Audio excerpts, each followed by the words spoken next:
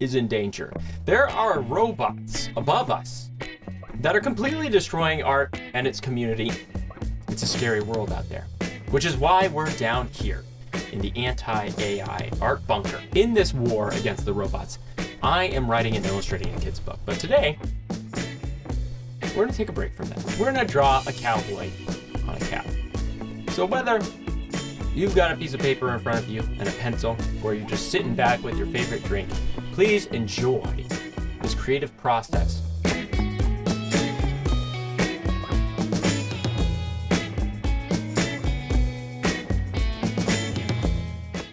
All right, let's start with just drawing some shapes. I was listening to The Creative Endeavor with Andrew Tischler, I think it's Tischler?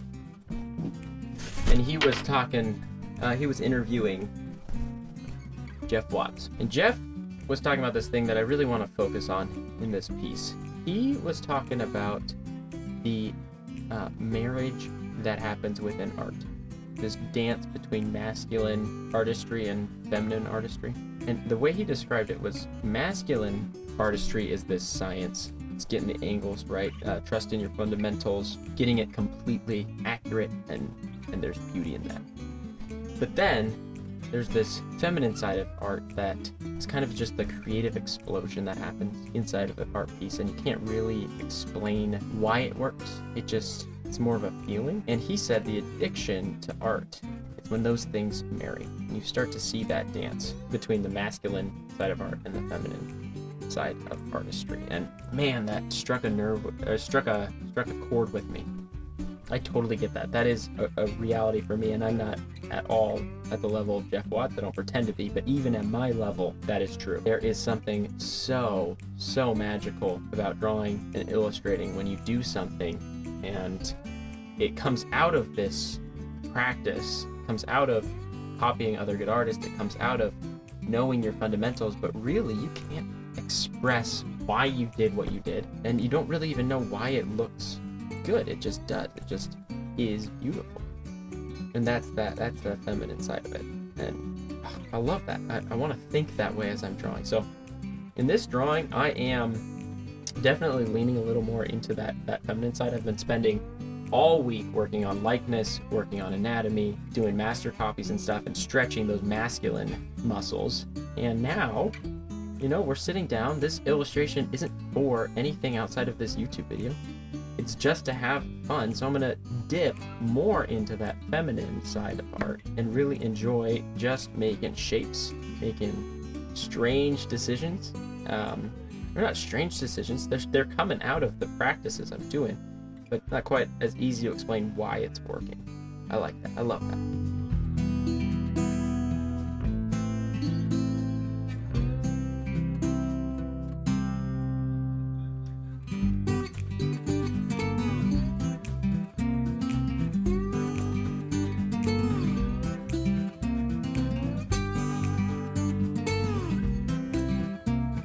I think to go back to the dance part of art, the male and the female, the masculine and the feminine sides of art, I think maybe that's where we as humans will always be creating great art. And when AI creates great art, it will only be on accident because they are missing that female side. Obviously, that AI can't feel. AI can't make a decision that can't be expressed with an algorithm. And so that side of art will always be for humans only. And so that's encouraging.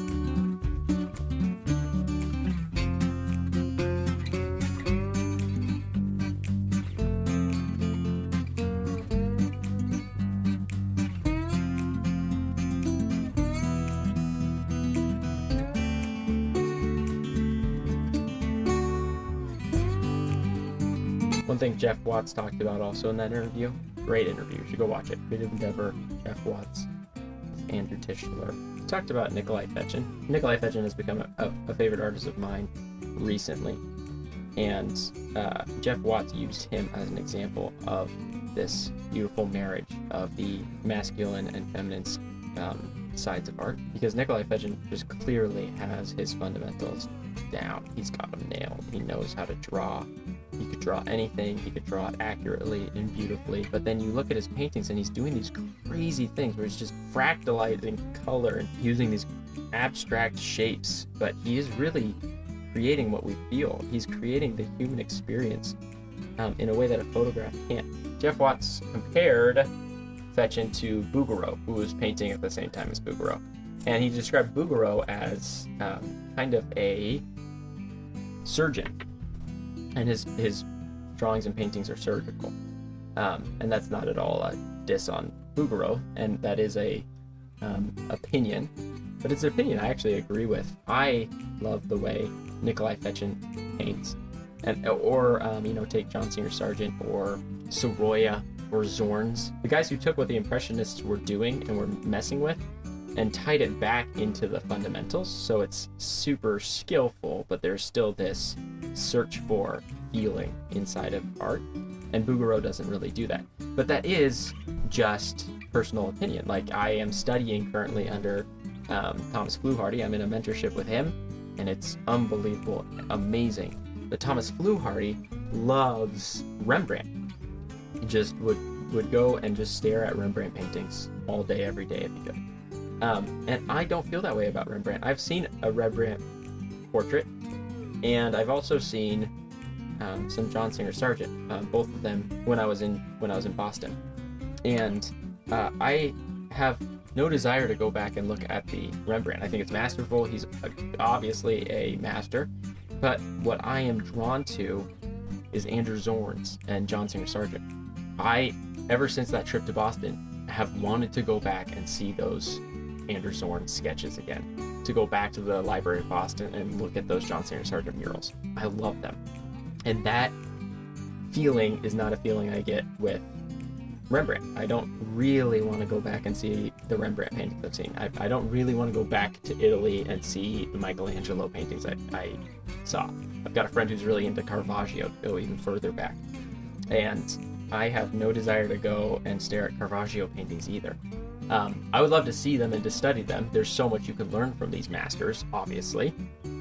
But personally, there's a life, there's an energy and a feeling I get when I'm looking at an Andrew Zorn's painting, for instance, or a Nikolai Fechin painting, that I just don't get with other artists. And so, because, and I think the reason is that those guys, the Zorns, the Sargents, have done a better job of bringing in that feminine glory that is in painting. And I just think that's beautiful. Again, listen to that podcast. It was Jeff Watts on the Creative Endeavor with Andrew Tischler. It was a phenomenal interview. I have so much respect for Jeff Watts. Amazing, amazing artist and teacher, and the guys he's taught have gone on to be great artists. So yeah, go listen to that podcast. But that's what I've been thinking about as I've been sitting here in my bunker.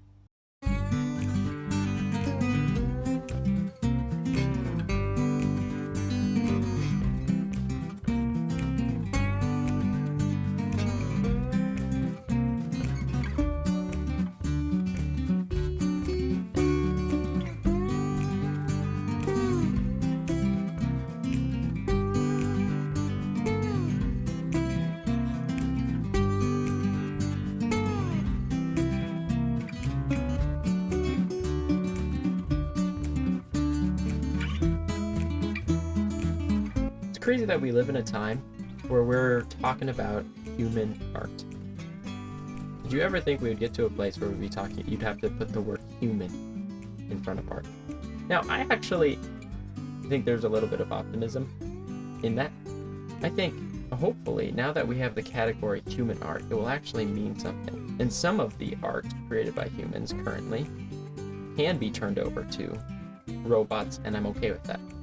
Clip art can be turned over, and hopefully what that will do is give this fire to artists, to true artists, like it's given to me, to create really, really, really good art, to tell really, really, really good stories. That's what I want to do. And that passion has become stronger ever since this whole AI craziness has happened. And so I think that's where the optimism is right now, is there will be art that's given up, that humans don't do anymore. And I'm hoping that will just give room and desire to creating better art. Creating art that actually feeds people.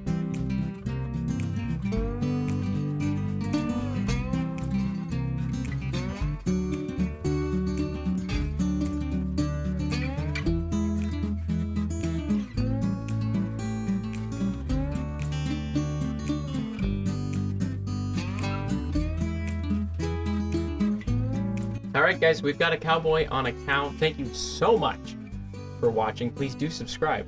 And welcome to the bunker, the anti-AI art bunker shelter. I don't remember what I called it. Anyways, welcome. Thank you so much for being here. Do subscribe, and I'll see you next time.